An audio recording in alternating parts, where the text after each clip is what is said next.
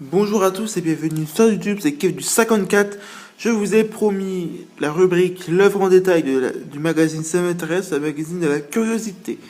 Tout de suite, Auguste Renoir saisit la nature de l'enfance. Sous l'œil du maître Georgette, tout à son bonheur, ne se soucie pas de prendre la pause. Texte Manuela France. Quelle fraîcheur, quelle vie dans l'histoire de l'art rare sont les peintres qui ont su exprimer la jeunesse avec autant de naturel qu'Auguste Renoir, comme dans ce ravissant portrait de Georgette, la fille de son ami et mécène Georges Charpentier, qui réalise en 1876. Mais ce n'est pas tout.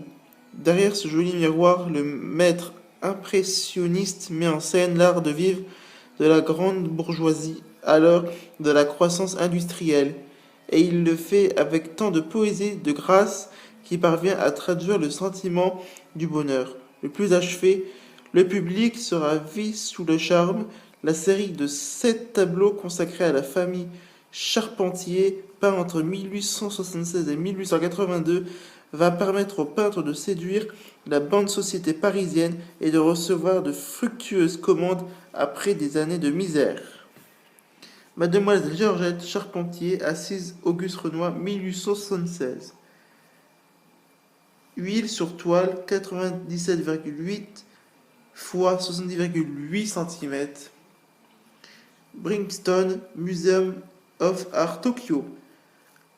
Infatigable, Auguste Renoir, en cette année 1876, il signe par moins de 17 toiles. Il n'aura peint en tout environ 4000. Où sommes-nous? Dans un appartement de la rue de Grenelle à Paris, chez les Charpentier. Lui, Georges, est l'éditeur de Zoka, Flaubert et Maupassant.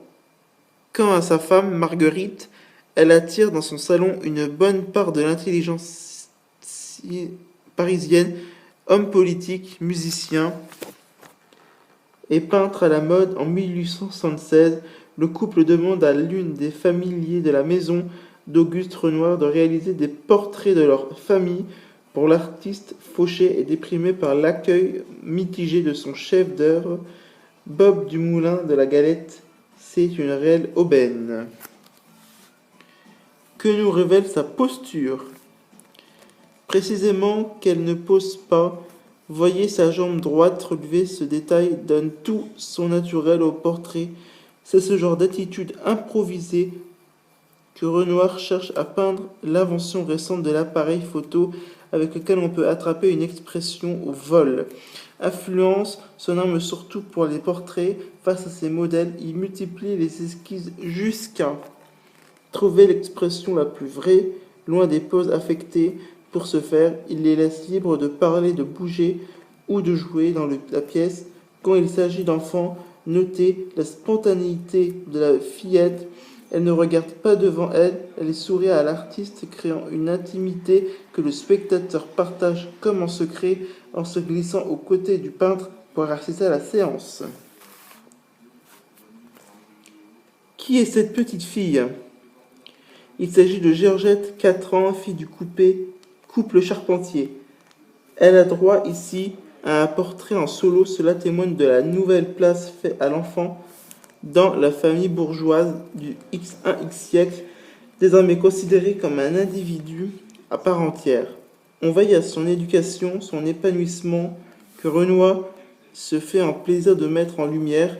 Admirez le teint laiteux de la fillette, ses boucles dorées, ses joues moelleuses, sa petite bouche rose. Tout le style du maître est là dans ses lignes douces, cette peinture sensitive et tactile qui nous fait toucher des yeux les cheveux de son modèle, sa peau veloutée et portelée, en un mot, toutes les rondeurs de l'enfance. D'où vient cette sensation de flou sur la toile?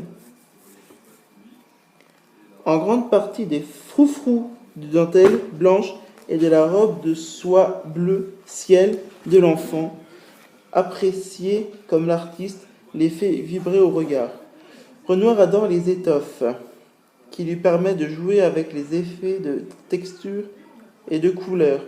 Dans son atelier, il a d'ailleurs à sa disposition une grande malle de costumes dans laquelle il puise ce portrait et caractérise de ses recherches picturales des années 1870. Faisant passer dans une démarche impressionniste l'effet de la lumière et de la couleur avant la précision du dessin, il adopte une touche fluide des teintes qui se fondent les unes dans les autres. Repères comme les boutons dorés du tablier de la fillette répondent aux clous du fauteuil, aux perles du collier et aux boucles d'or. Pourquoi le modèle nous semble-t-il si proche? Parce qu'il est cadré de façon inhabituelle. Regardez comme le genou droit du Georgette semble avancer vers le spectateur et presque sorti de la toile, et tandis que les traits de la fillette sont traités avec précision. Le fond reste indéterminé. Là encore, on ressent l'invention de la photographie qui fait le point sur un seul plan de l'image, mais l'art de la Renoir emprunte aussi au maître du passé. Avec ses cheveux bouclés, ses joues rondes, sa Georgette a des airs de famille avec l'infante Marguerite, peinte par Velzac et Proust, comparé le portrait de Renoir pour les sensualités avec les plus beaux de Titier de Fay. Le maître impressionniste admirait ce génie de la Renaissance vénitienne. Qu'apportent au tableau les clous dorés qui bordent le fauteuil? Hormis leur aspect ornemental, ils servent par leur tracé géométrique à bien marquer la profondeur du tableau. Seuls quelques éléments du décor indiquent cette dimension. Les diagonales et les verticales formées par le dossier du fauteuil, mais aussi les lignes de la commode et du paravent nous donnent l'illusion de la perspective. Le reste de la toile est traite comme une surface plane de sorte que le tableau semble à la fois en 2 et en 3 dimensions. Que raconte ce décor si chargé? Sur le sol, un grand tapis avec des motifs de bouquets de roses et de feuillages. Au fond de la pièce, un paravent d'inspiration orientale dans le coin supérieur droit. Sur la commode, un bouquet de fleurs. Autant d'ornements qui, bien qu'à peine esquissés, révèlent un intérieur bourgeois, électrique du XX siècle et traduisent le goût de l'époque pour les arts décoratifs et les objets orientaux venus des colonies. Les décors intérieurs, écrits du portrait, font toujours chercher chez Renoir. L'objet d'un soin particulier, dépeindre l'individu dans un univers tel est l'une de ses ambitions. C'est un homme du Second Empire, une époque qui a vu les tissus imprimés faire leur entrée dans les appartements bourgeois. D'ailleurs, la France s'impose en cette fin du XX siècle comme un pays phare de l'art décoratif. En prime, son père est tailleur et sa mère couturière.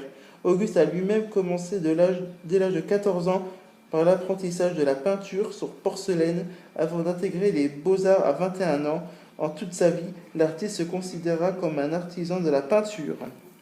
À voir, chef-d'œuvre du Brimstone Museum of Art jusqu'au 21 août au musée de l'Orangerie à Paris, des œuvres de Cézanne, Matisse, Picasso, Pollock et ce délicieux portrait de Renoir. Merci d'avoir suivi cette rubrique qui s'intitule L'œuvre en détail. La prochaine fois, nous irons bien évidemment à la rubrique économie avec le titre Pour produire le lin, la France est numéro 1. Merci beaucoup. N'oubliez pas le j'aime et le commentaire sur YouTube et je vous fais de gros bisous. Ciao, ciao.